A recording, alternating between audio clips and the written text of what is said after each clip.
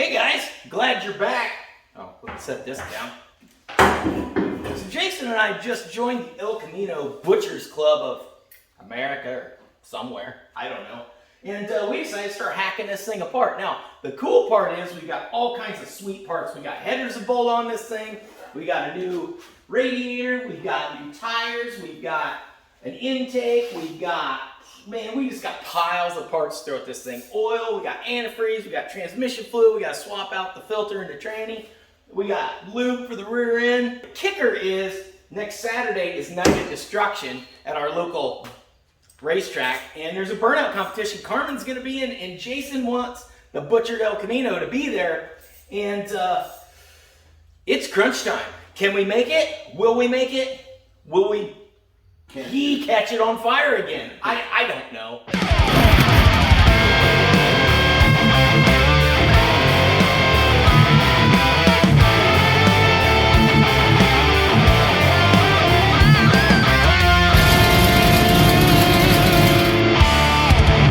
Keep on wrenching.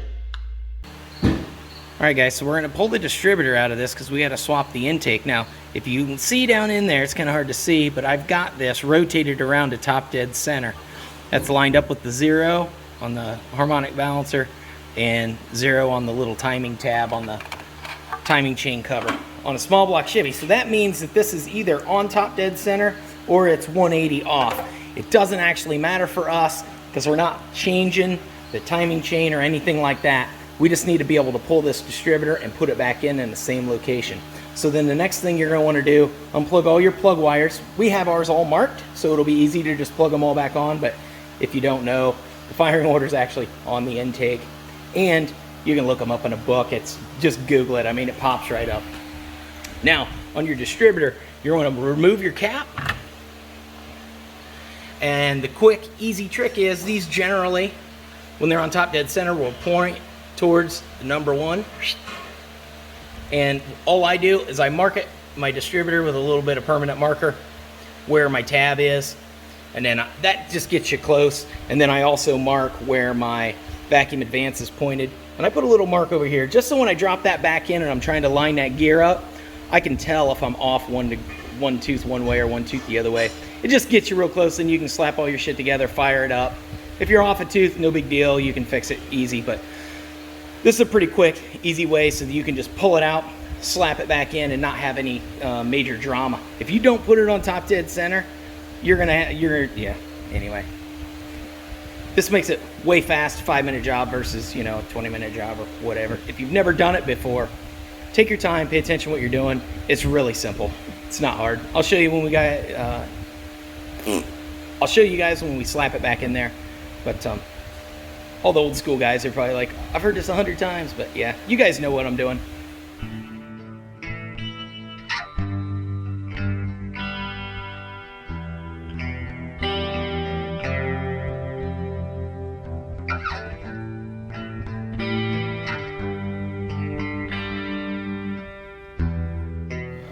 Alright guys, so we just got the intake off of Jason's small block Chubby, and she's got a little bit of grit down in there. I thought this was a low mileage car, Jason. You said it was low mileage. Yeah, it's low mileage. Yeah. Anyway, guys, yeah, check that out. She's a little crusty, but we'll sweep a bunch of this garbage out of here. We'll get her all cleaned up for our brand new intake. And look, it's already partially orange. Perfect. All right, well, we'll toss you back up on the tripod and we'll keep busting at this.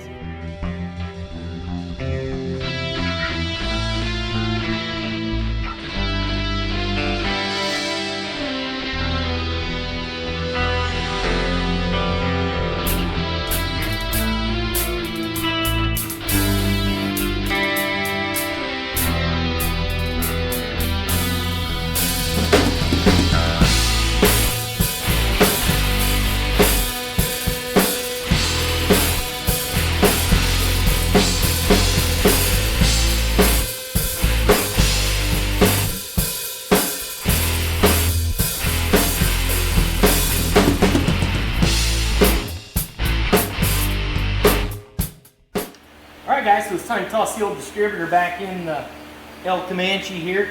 Now, what we've done is we've ground a couple little slots in here just to give it a little extra oil down here on the bearing, and I've tossed a little 1030 on there and just to make sure she's oiled up. Now, when I pulled this out, I put permanent marker line here where my rotor was pointed, and again, it's going to be pointed towards the #1 cylinder on the cap on a GM small block that happens to be kind of over here towards #1 spark plug.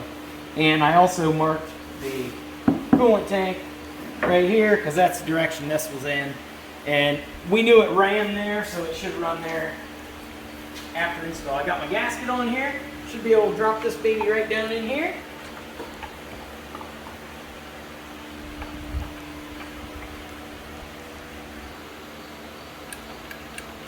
Yep, we're off just ever so slightly. We're on the right gear, just our oil pump ain't lining up. So I'm gonna grab a flashlight, rip this out of here, stick it down there. I'll show you guys how to do that. This little slot down in here, it's got a little tab, looks like a flat screwdriver. That's what's running our oil pump. Look down in there and our oil pump is off just ever so slightly. So when I drop this in at the right spot, it's just not quite lining up. So I'm gonna take this screwdriver, position that, and stick it right down in the top of here. And I'm going to turn that pump just ever so slightly to one side. Just like that. Don't drop your screwdriver down in the back of your motor. I mean, you can get it out of there, but it ain't no fun.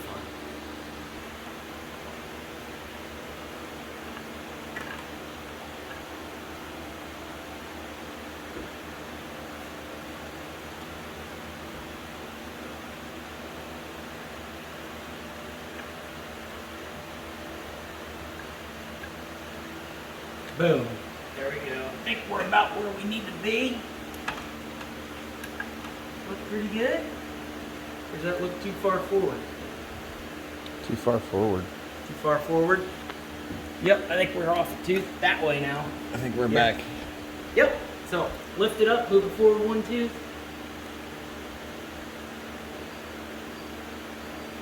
Come on.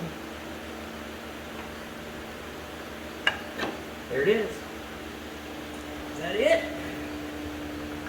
Looks like it to me. So we're good to go. She's lined up. Hey, welcome to the intermission. If you don't know what that means we're done for the day. We've had enough of this El Camino. We've actually been here, what? 12 hours. Oh, is that all, Jason? I didn't even notice. Yeah, we got a lot done. We're tired. We got headers on this thing. We got intake on it. We got, well, this Holly 600 that I found in the loft because it's better than the Edelbrock that was on it. Hopefully we can get that tuned up. Got distributor, plug wires. Big old radiator. Big old aluminum radiator. We got gauges inside for temperature and for Oil pressure. Oil pressure. You know, the other important one that you need to know about. Yep. And then tomorrow I think Jason's going to hit the tack. We can get the tack wire in. That would be another good thing to know about. Yeah, you might want to know the ripums. Yeah. I mean, she'll tell you if there's too many ripums, but by then it's, you know. Can't put those rods back together. Yeah.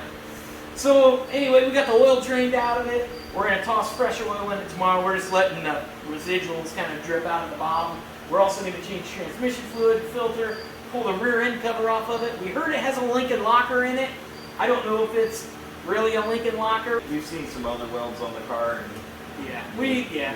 So anyway, we'll check that all out, make sure that's not sketchy. We'll put fresh fluid in it. If it is sketchy, at least we'll we'll send it anyways. We'll just put it on the list to look for another one.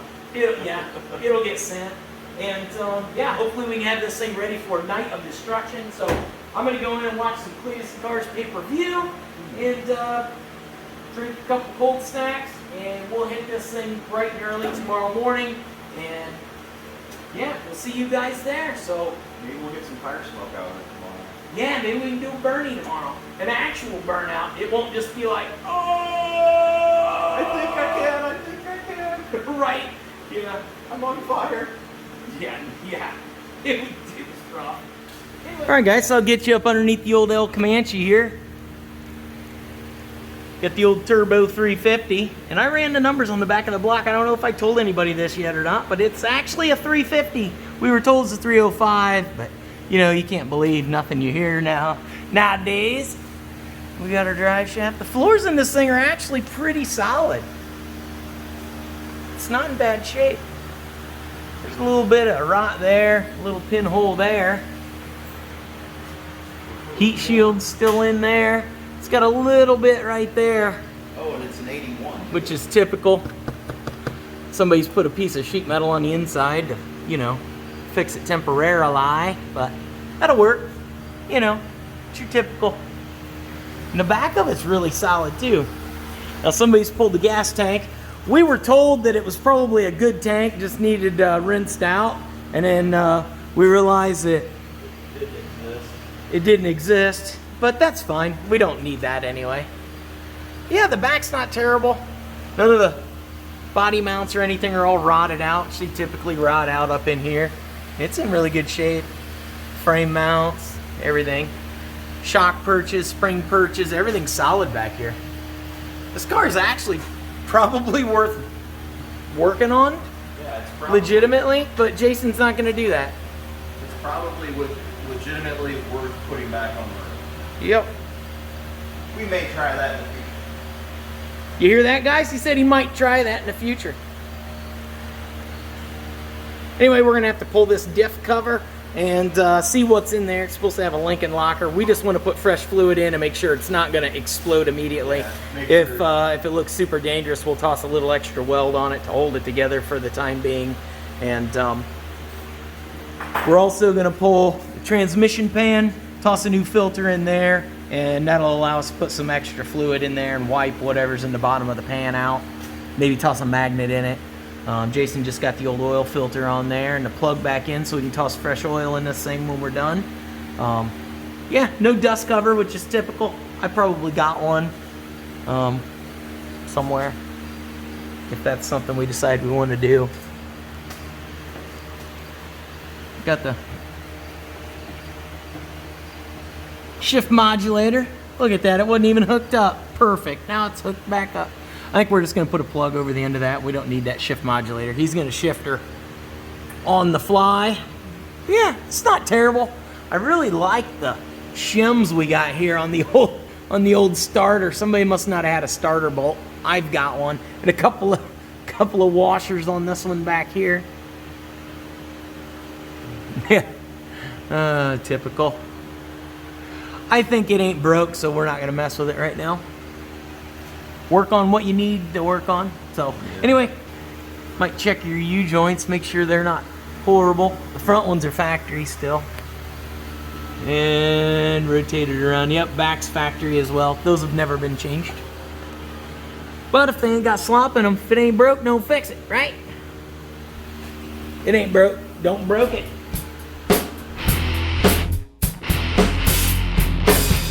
Alright guys, so we got the transmission pan off here. The fluid really doesn't look terrible, but there is definitely some wear in that. I mean, she's got a little sludge in the bottom. It's not a 1/4 inch thick. I'd say it's only about a 1/16 of an inch thick, but Yeah, it's bare in some ones.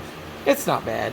For the burnouts we're doing, no big deal. We're gonna toss this in the parts washer, rinse it all out good. We'll probably slap a magnet on the bottom of the pan or in the pan if I got one that'll fit in the pan, and put a new filter in this baby, and we'll be rocking and rolling. So I just changed the filter on the bottom of the old Turbo 350 here. Now, if you've never done this before, I have a video on how to put a shift kit in a Turbo 400, and Turbo 350 filter change is about the same. The only difference is there's no plastic tube that goes up in the side.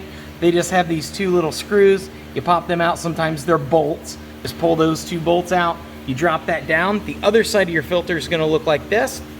There's going to be a little tiny gasket that's on here, and you're just going to pull it off and replace it, and then set your new one right back up on there. And if you look here, these holes are offset, so it can only go on one direction. You kind of got to fumble around if you don't pay attention to figure out which direction it goes. But again, it's pulling the fluid through and pushing and pulling through these two holes here, so it can only go on one direction, and they've got these little cutouts and stuff. We didn't change that gasket because I have a whole box of these filters, but I don't have the little baby gasket. So if you're gonna go full hillbilly, the trick is when you pull this old filter down, just kind of wiggle it off of there, and then try not to pull the gasket down with it. Usually the gasket will stick on the transmission. Don't wipe that off because you want that transmission fluid on that gasket. You want the gasket nice and wet, and just put your new one back on. Color done. It's better than nothing. We're gonna clean up the edges here with the old wire wheel and make sure we don't get any wire from our wire wheel in this tranny, because if there's one thing I've learned in life, the last thing you want is a tranny with a wire. All right, so I got that all cleaned up right there with a wire brush. Only took a couple minutes, and then I wiped it off with some alcohol. Jason's got the gasket over here on the pan, and he's all Permatexed up, believe it or not. I mean, he's, yeah, Permatex guy. he's clearly the Permatex guy. Okay. Anyway, we're gonna slap this pan in there. We got a magnet in it. I don't know if that magnet's in the right spot. We'll know when we get it up here. You just don't want it like directly under your filter. You kind of want it off to the side. This thing's got more Permatex on it than... It'd be all right. Permatex guy. Yeah, there you go. That hole's lined up now.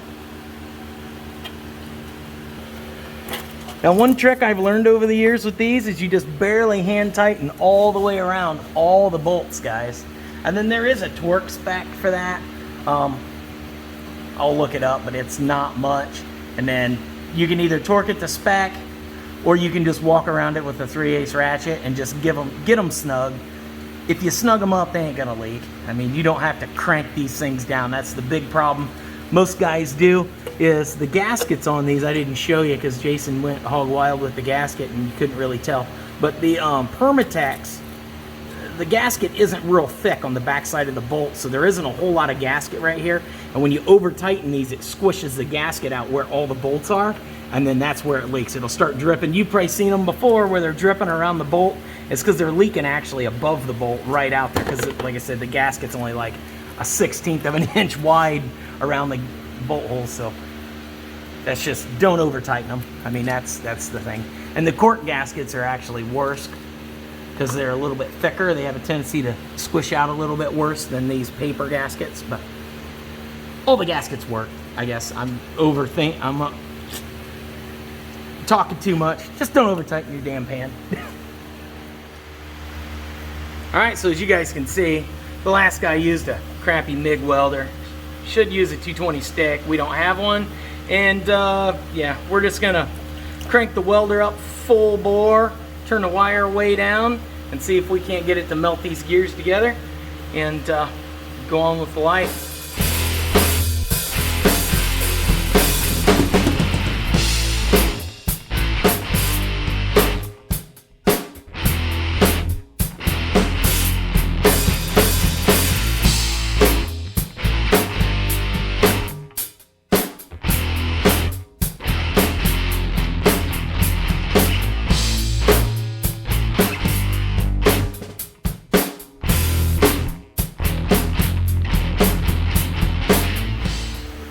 So this is what we've ended up with, my old titanium MIG welder from Harbor Freight. What I did is I cranked the power all the way to the max, and I turned my wire feed down to about 3 and just melded everything together. That's what an actual Lincoln locker rear end is supposed to look like. We got a lot of stragglies in there because obviously it was a MIG welder and it's flux core, so they kind of make a mess. So we're gonna clean all that junk out of there. We only got 1 can of brake clean, so we got a little bit of carbon choke cleaner. We're gonna spray it in there first. We're just trying to rinse all the junk out of there. Jason already hit it all with a wire brush, so hopefully we can rinse most of the crumblies out of there, and then we'll get this thing back on the street, get it ready for the burnout. Oh man, that stuff stinks. Yeah. Got her buttoned up. She's ready to rock. All right, guys, so we got the old El Camino down off the lift here. We got fresh fluid in the rear end. Didn't show you that because that's boring. We just dumped a bunch of transmission fluid down in the tranny because if you remember, you know, obviously we changed that filter there. Jason's buttoning up the battery install there. We're gonna try and crank it over. Hopefully it'll fire up, and then we'll top it off with antifreeze. This carburetor came off a 305, so it should start up and run. Probably gonna run terrible. Of course, we don't have the timing set. Like, there's a whole bunch going on here, but we'll get you on a tripod so you guys can hang out with us while we attempt to get this thing fired up. And yeah, we'll see what happens. We rolled it outside. I know it's 12,000 degrees out, but a couple of reasons. A, Likes to catch on fire. Jason likes to catch cars on fire, and B, it's already like 150 degrees in the shop. The last thing I want is that exhaust belching a bunch of deadly exhaust gases in here, filling the whole shop up with us in here. Then we're gonna be 12,000 degrees, sweating like pigs, and breathing deadly gases. And yeah, at least if it's out there, puffing smoke out there, and is what it is. But yep. Oh, I'll grab a fire extinguisher in case Jason gets flame happy. That's what we need. Just grab it. Okay, timing's off a little bit. I think I'm gonna go inside. You guys have fun blowing up the Camino. Yep, hit it. All right, hold up.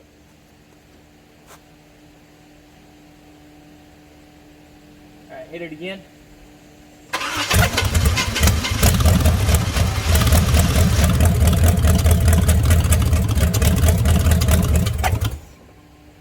All right, hit it again.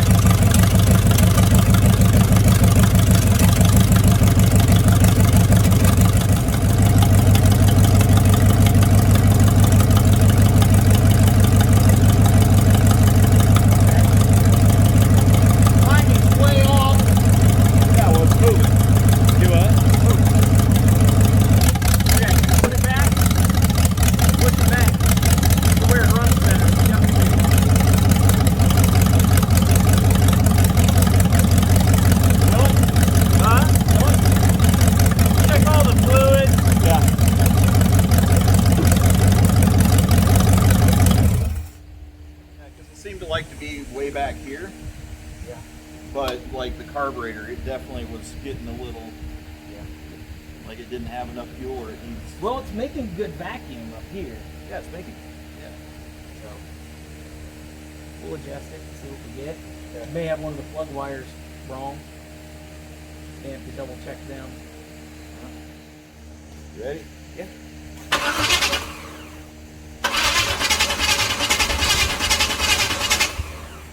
Better. Turn the key. Oh, key wasn't on? Aha! That's on 8. That's better.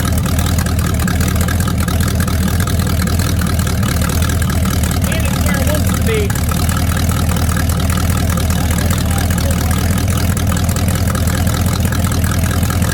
That's way accurate. Yep. They're timing it out, right? One direction is ever so slightly, and I'll tell you whether it's the right way or the wrong way.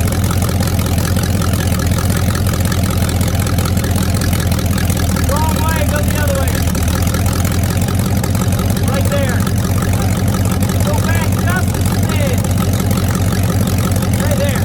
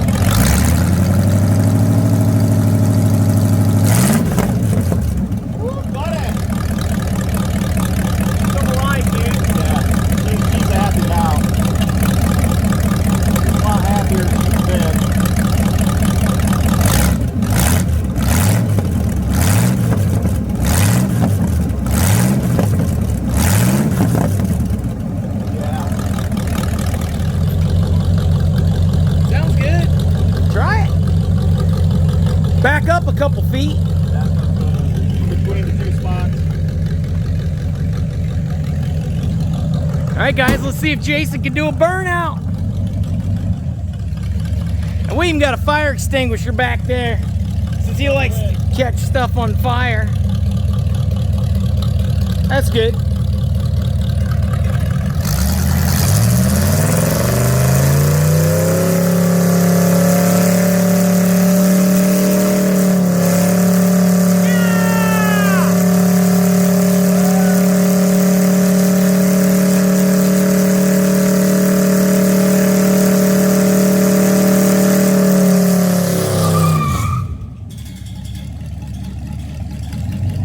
So she's making a little tinging noise.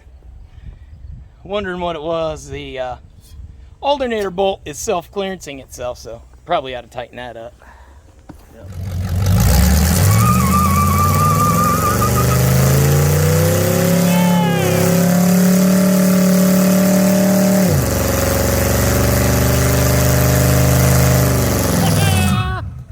Yeah, keep going. Keep going.